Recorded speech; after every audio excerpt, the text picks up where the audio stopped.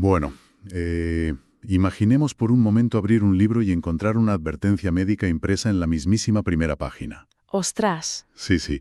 Una nota que dice con total seriedad algo así como: se ruega no leer este texto con excesiva rapidez porque su asimilación repentina puede causar náuseas, fatiga física extrema, episodios de ansiedad severa y vértigo de escala. Madre mía. O sea, no estamos hablando de una novela de terror de Stephen King ni de un manual de toxicología.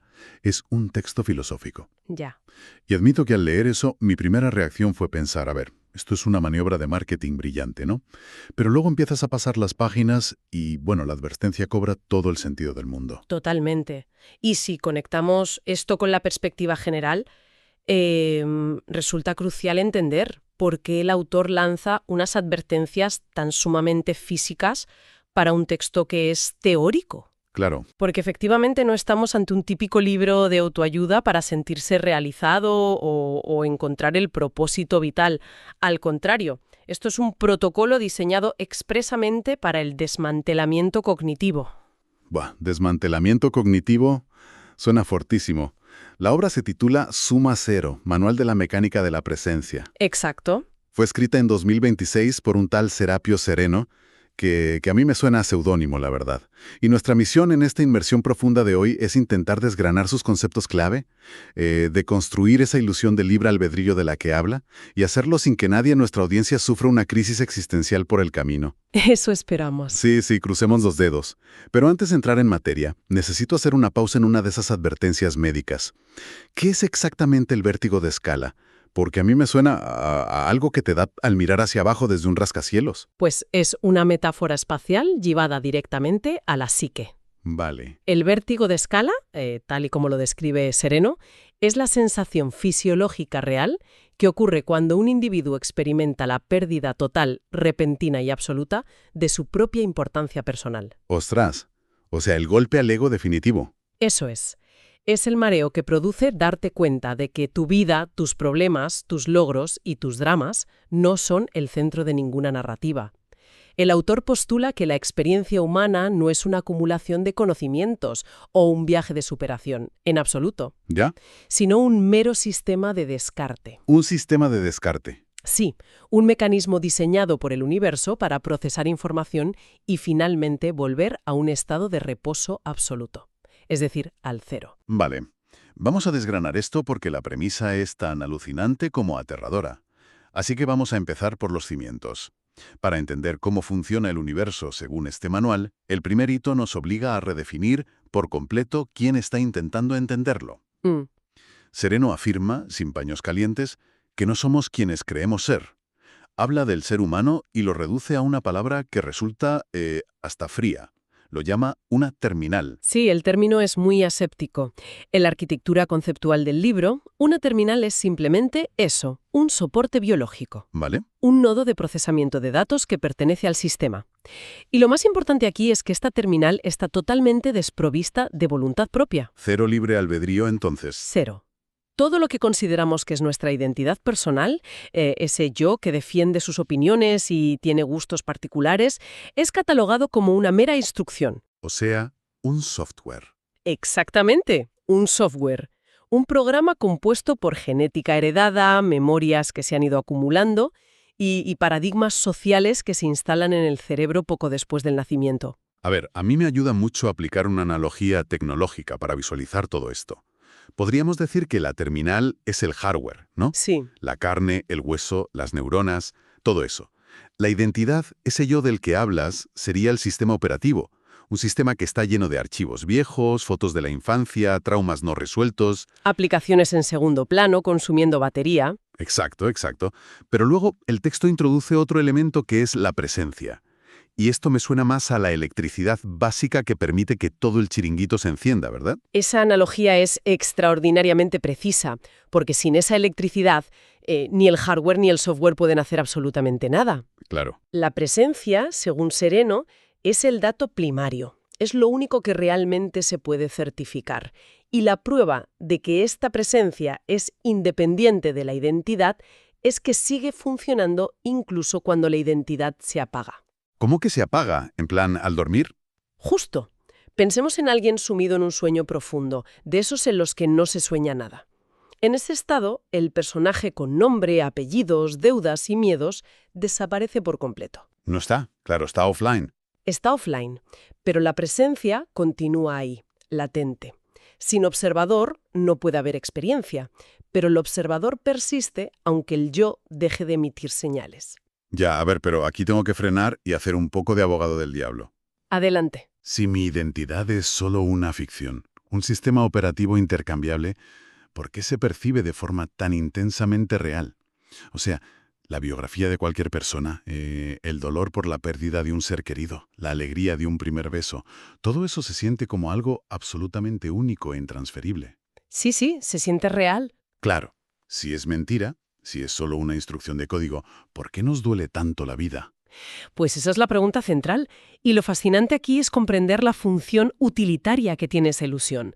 La biografía es profundamente funcional. ¿Funcional en qué sentido? De hecho, es el mecanismo de supervivencia por excelencia del sistema. Para que la terminal opere, para que se levante por la mañana, explore el entorno, tome decisiones y descarte posibilidades en el mundo físico, necesita creer ciegamente en la solidez de su propio personaje. O sea, tiene que creérselo para funcionar. Exacto. Creerse la propia identidad es un error cognitivo según las reglas del libro, pero es un error introducido a propósito en el código para que el motor siga en marcha.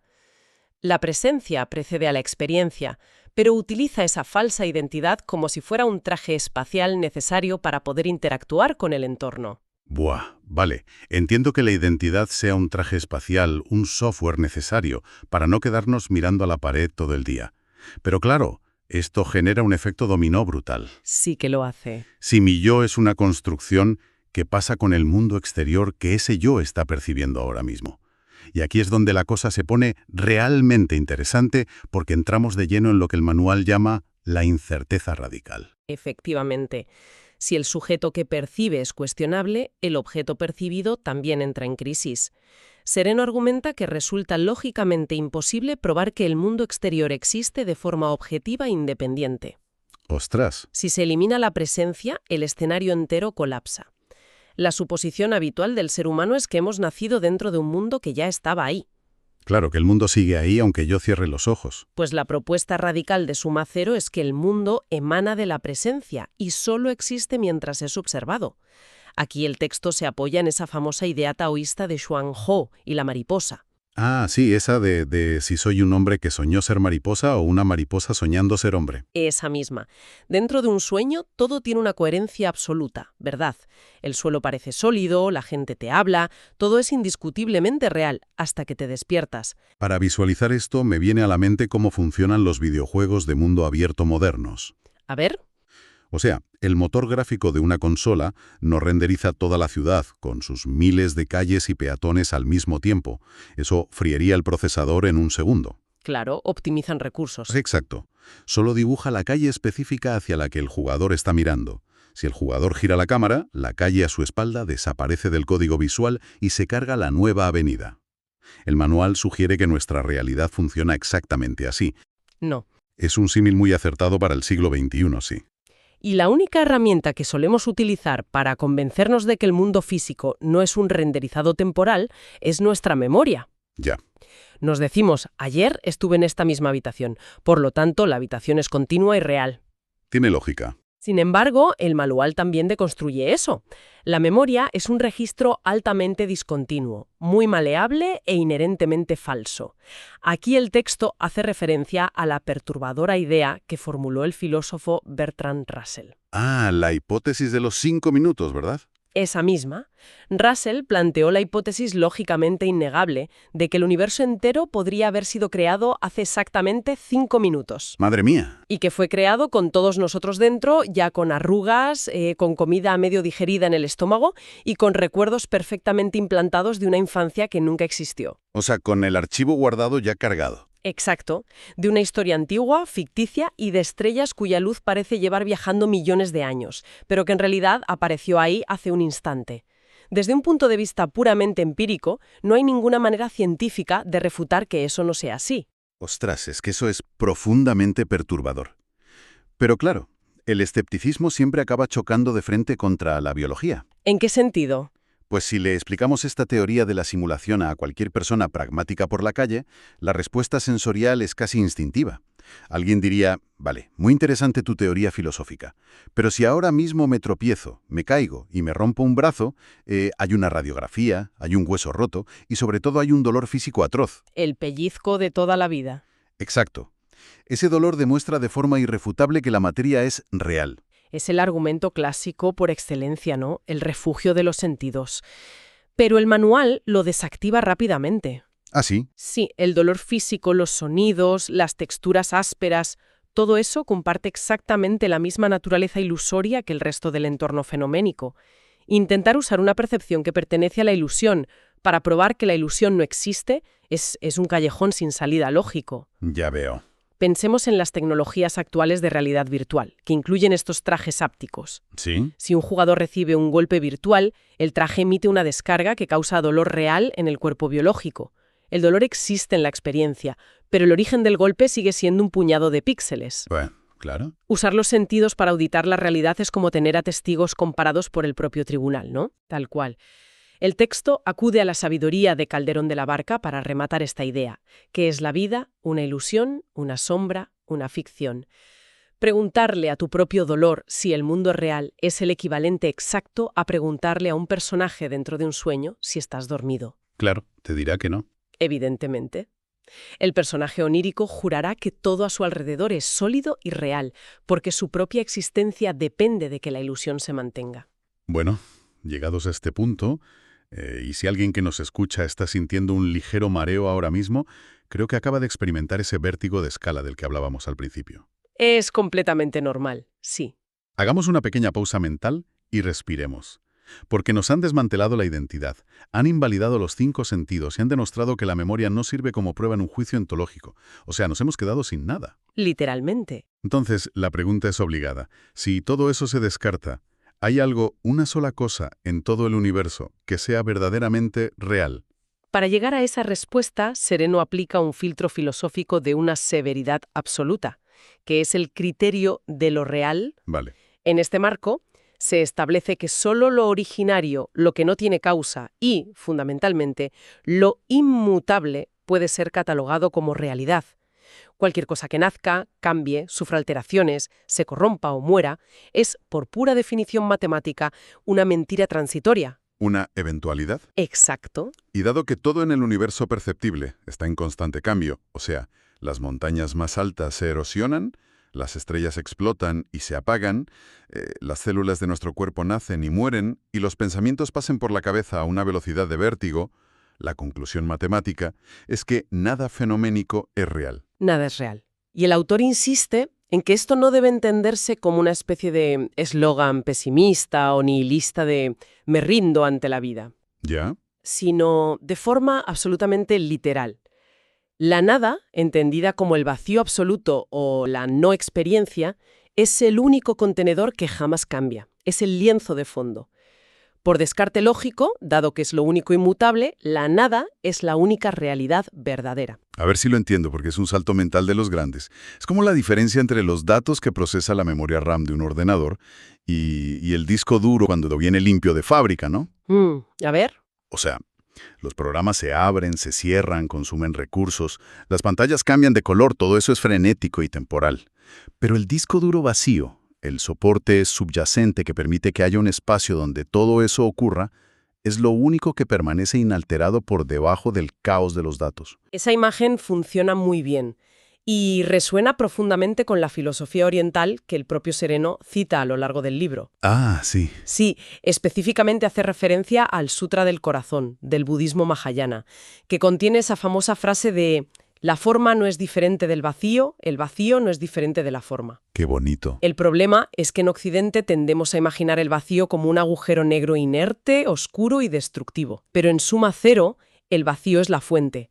Es un estado de potencia latente que contiene absolutamente todo. Para que haya forma, el vacío debe fragmentarse y proyectarse en la ilusión de la experiencia. Vale, compro que el vacío sea la base inmutable. Pero esto me lleva de cabeza al hito más denso del manual. Agárrate. Sí, sí, porque de ese vacío absoluto, de esa paz inalterable, de repente salen los atascos de tráfico en la M30, los agujeros negros, la evolución de las especies y mis ganas de tomarme un café por la mañana. ¿Cómo se extrae algo de esa nada primordial?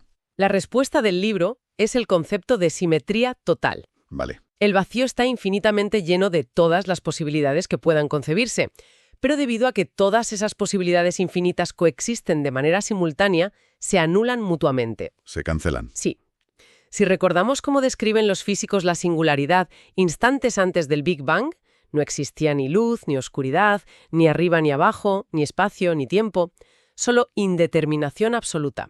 La cancelación perfecta de todos los opuestos es lo que mantiene ese estado de vacío perfecto. Y es en este punto donde el libro lanza su ecuación fundamental, que me dejó rompiéndome la cabeza un buen rato. La ecuación dice así: 0 es igual a 0 menos infinito. Exacto. El estado final o realidad, que sería el primer cero, equivale al despliegue de la presencia, el segundo cero, menos las infinitas posibilidades que ofrece el universo. Frena un momento, porque matemáticamente hablando, 0 menos infinito da menos infinito. Ya. No da 0. ¿Qué nos está intentando colar el autor aquí con esta fórmula? Porque a nivel algebraico no se sostiene por ningún lado. Es una objeción totalmente válida. Sereno no está formulando una ecuación aritmética tradicional, sino un axioma metafísico de balance de fuerzas. Ah, vale. Lo que intenta ilustrar es que la presencia, el observador puro, que es neutro, cero, solo puede retornar a la realidad absoluta, el otro cero, si atraviesa y resta o agota la infinidad de experiencias posibles que sería el infinito. O sea, tiene que vivirlo todo para vaciarlo. Eso es. Para que el vacío se experimente a sí mismo, debe desequilibrar esa simetría inicial y proyectar sus infinitas posibilidades en el espacio y el tiempo. Y aquí es donde entra un principio fundamental del manual: la fractalidad y el isomorfismo. Isomorfismo. A ver, no podemos soltar una palabra así sin traducirla al lenguaje de los mortales. ¿Qué significa isomorfismo en este contexto tan abstracto? Isomorfismo significa básicamente que la misma estructura, forma o patrón operativo se repite exactamente igual sin importar la escala en la que miremos. ¿Como un fractal? Y en cada experiencia emocional de tu vida. ¡Qué fuerte! Todo elemento que surge en la existencia busca desesperadamente chocar y cancelarse con su opuesto para poder regresar a la paz del equilibrio inicial, al cero. Vale, creo que tengo la analogía perfecta para aterrizar todo este concepto de la simetría y la cancelación. Entonces, ¿qué significa todo esto en realidad? Pensemos en cómo funcionan unos audífonos de alta gama con cancelación de ruido activa. ¡Ah, muy buena! Para generar silencio puro, que sería nuestro equivalente al vacío o al cero del que habla el libro, el microprocesador de los audífonos tiene que escuchar el ruido caótico del metro o de la calle. Sí. Entonces inyecta en tu oído ondas sonoras que son el opuesto matemáticamente exacto de ese ruido externo. El resultado final que tú percibes es el silencio absoluto. Pero el truco es que requiere generar ruido inverso constante para lograr ese silencio. Me encanta esa imagen. Es como si nuestra existencia, con todos sus problemas y fricciones, fuera ese ruido estrictamente necesario para poder mantener la asombrosa simetría del universo. Esa es, sin duda, una de las maneras más brillantes de visualizarlo. Y nos lleva directamente a una cuestión clave, que es, quizás, la píldora más difícil de tragar de todo este viaje sonoro. Y a la vez, la más liberadora. A ver. Si todo funciona por cancelación para mantener la gran ecuación en cero, ¿qué sentido tiene el sufrimiento humano? El libro propone, de forma muy analítica, que el sufrimiento, la angustia, el deseo y esa sensación perpetua de falta que nos persigue desde que nacemos son simplemente combustible. Madre mía. Llamar combustible al dolor emocional, a la depresión o a la ansiedad resulta bastante crudo, la verdad. Parece insensible, sin duda. Pero dentro de la estricta mecánica de este sistema, sentirse incompleto es el algoritmo de búsqueda. Es el motor que obliga a la terminal a moverse. Ya. Si una terminal se sintiera absolutamente completa y en paz desde el primer día, se quedaría quieta y moriría de inanición. El sufrimiento la empuja a interactuar, a desear, a equivocarse y, sobre todo, a procesar y descartar posibilidades. Es la zanahoria delante del burro. Totalmente. Todo ese agotador drama biográfico sigue su curso hasta que la terminal reconoce de forma consciente su propia naturaleza fractal. En el instante en que se produce la comprensión profunda de que uno no es un individuo aislado sufriendo, sino que es simplemente el vacío experimentándose a sí mismo para equilibrar una ecuación, la resistencia cesa. Ostras. El sufrimiento pierde su utilidad, se vuelve obsoleto, porque el sistema ya no necesita usar ese látigo para empujar a la terminal. Lo cual nos lleva a la síntesis final de esta inmensa y mareante inmersión profunda. Al llegar a las últimas páginas del manual, la conclusión resulta ser un golpe demolidor para el ego, pero encierra una tranquilidad inmensa. Muchísima. Lo que nos viene a decir es que no hay absolutamente nada que arreglar en nosotros. No hay nadie a quien salvar. La vida no es un regalo divino que debamos justificar con grandes obras, ni un examen moral para ver si somos dignos. Es simplemente una resta matemática a escala cósmica, operando sin descanso hasta llegar a cero. Totalmente. Y por eso mismo, Suma Cero redefine radicalmente el concepto de iluminación. Sí. Nos han vendido que la iluminación es ascender a un plano superior de luz, volverse santo o adquirir una paz mística inquebrantable. Bajo esta lente mecánica, la iluminación es simplemente alcanzar la máxima eficiencia dentro del procesamiento de datos del sistema, es dejar de hacer fricción, volverse transparente a la ecuación. Y fíjate que, aunque toda la premisa de Serapio Sereno parezca diseñada para anular la voluntad humana y sumergirnos en un determinismo frío y calculador, Sí, que lo parece. el simple hecho de intentar comprenderlo ofrece una paz paradójica tremenda. De repente te quita de los hombros toda esa presión asfixiante de tener que ser un personaje redondo, exitoso y sin fisuras. Ya te digo. Si tu identidad es solo un sistema operativo de usar y tirar, una instrucción temporal que se va a borrar inevitablemente cuando se apague el hardware, uno puede permitirse el lujo de relajarse, de dejar de tomarse a sí mismo y a sus problemas tan mortalmente en serio. Se podría definir como una rendición mecánica. Es el acto de dejar de oponer resistencia al flujo natural de nuestra propia resta. Y para ir cerrando nuestra sesión de hoy, hay un detalle que no puedo sacarme de la cabeza.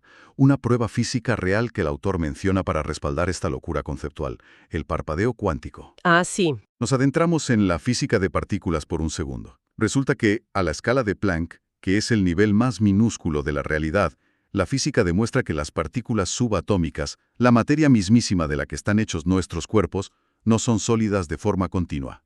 Aparecen y desaparecen. Exacto. Millones de veces por segundo. El universo entero, literalmente, respira en un ciclo de manifestación y aniquilación a una velocidad indetectable. Es un fenómeno comprobado. La materia es en su naturaleza más íntima intermitente. Es el cero, el vacío, reclamando su espacio constantemente, frente a la ilusión de la forma. Así que, si la física cuántica nos está gritando que existimos y dejamos de existir miles de millones de veces por segundo, tal vez toda esa angustia existencial sobre qué vamos a hacer con el resto de nuestra vida o cuál es nuestro gran propósito está pésimamente planteada desde el principio. Seguramente. Quizás la única pregunta que realmente importa, la única que merece la pena hacerse es ¿qué hacemos en este preciso, diminuto y milagroso microsegundo de existencia antes de volver, de forma irremediable, a la perfecta paz matemática del cero? Un misterio fascinante. Y sin duda un pensamiento excelente para llevarse al silencio de la propia presencia. Y volviendo a esa idea con la que empezábamos, tal vez haya que aceptar de una vez por todas que nuestras herramientas de diagnóstico, nuestros sentidos y nuestra lógica nunca estuvieron diseñados para mostrarnos realidades sólidas ni certezas inmutables. Nunca lo estuvieron. A lo mejor, desde el primer día, solo han estado capturando el ruido inverso de unos auriculares cósmicos, la sombra intermitente de una ecuación que, simplemente, está buscando volver a casa.